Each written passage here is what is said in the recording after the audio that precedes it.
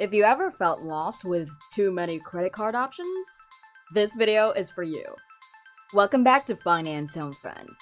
I'm Bev, and in this video, we'll share a credit card strategy that will help you get lots of points, over 20 cards, and travel for free. It'll be a step-by-step guide on which cards to get and how to make the most of them. We'll explain it all in simple terms so you understand how the credit card world works. If you like what you see so far, go ahead and support us by clicking thumbs up, subscribe, as well as the notification bell. You ready? Let's go.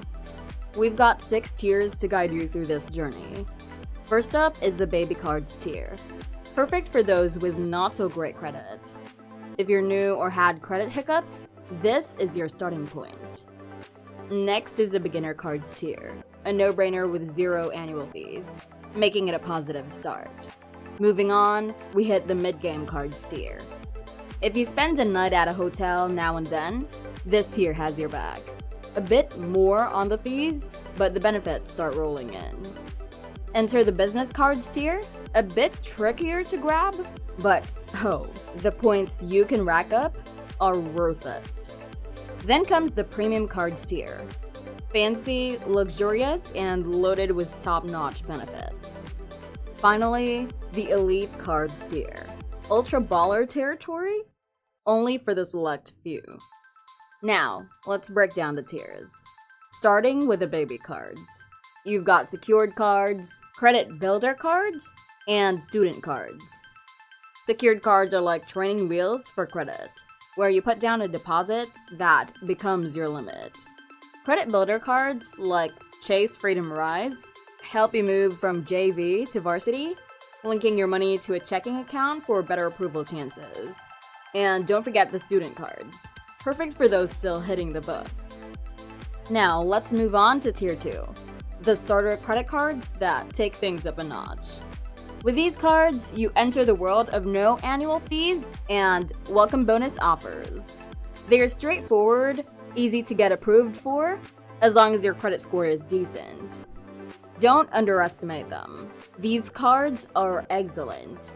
Some good choices include the Capital One Saver One, Chase Freedom Flex, and even the Apple credit card if used wisely.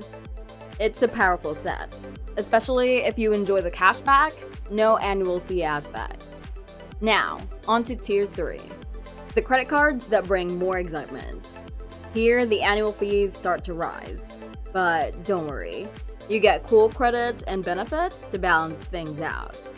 These cards step up the game, offering rewards in special categories like travel, dining, groceries, and more.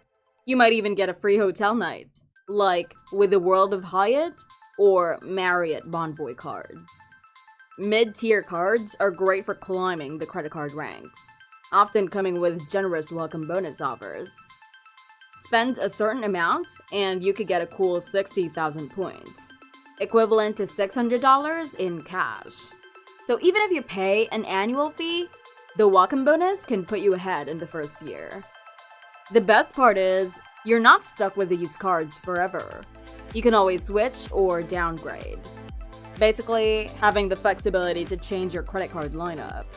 Now, let's talk about Tier 4, the business credit cards, which are like a bigger version of the mid-tier ones. Business credit cards might seem daunting, but don't worry if you don't have a big business. Even walking a dog or doing a bit of freelancing qualifies you as a business owner. These cards are fantastic, although the minimum spending requirements for their welcome bonuses can be higher, sometimes ranging from $5,000 to $155,000. But if you're running a small business or doing side gigs, hitting these targets is often manageable, and the higher welcome bonuses make it worth it. Plus, some business cards have no annual fees, so it's not all about the numbers. Moving on to Tier 5, the premium cards. These are the top-notch ones, but come with a hefty annual fee, like the Capital One Venture X card at $395, or the Amex Platinum at $695 per year. If you travel a lot or have a travel partner, these cards can be gold. They offer incredible benefits and welcome bonus opportunities. However, if you're not a frequent traveler or risk-averse, these cards might not be your best fit. Still, even with one big trip a year, the value you get from these cards can outweigh the annual fee.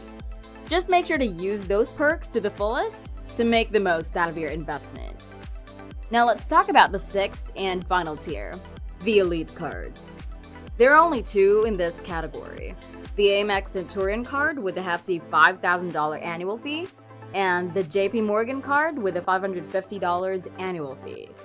Getting invited to these cards is no walk in the park. For the Centurion card, you need to spend a crazy amount each year. And for the JP Morgan Reserve card, you need to have a whopping $10 million in assets with JP Morgan Chase. These elite cards come with some fancy perks, like a concierge service that can pull off some pretty wild requests. We've heard stories of them scoring last-minute concert tickets or delivering flowers by helicopter for a proposal. Some of it might sound over the top, but when you're part of this exclusive club, apparently anything goes. A quick note about all the cards I mentioned. It doesn't necessarily get harder to get a card as you move up the tiers. The real challenge lies in those elite cards, and honestly, they might not be the best fit for your average Joe. Those sky-high annual fees are more about flexing than practical benefits. You might be better off looking at Tier 5 cards like the Platinum card or the Chase Sapphire Reserve. Also, keep in mind that the difficulty of getting a card varies for each person. Your credit score and journey play a big role. The key to success in the credit card game is working your way up the tiers and racking up those points.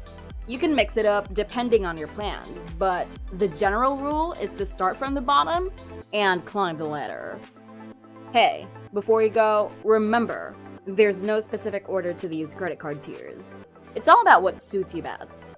If you want more information about money strategies and all the nitty-gritty in the finance world, check out our other videos.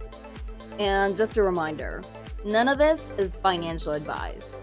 We're all about sharing info, but it's crucial for you to do your own research or chat with a pro before making any big moves. Big thanks for hanging out and watching. If you enjoyed this breakdown, give us a thumbs up, hit subscribe, and don't forget that notification bell.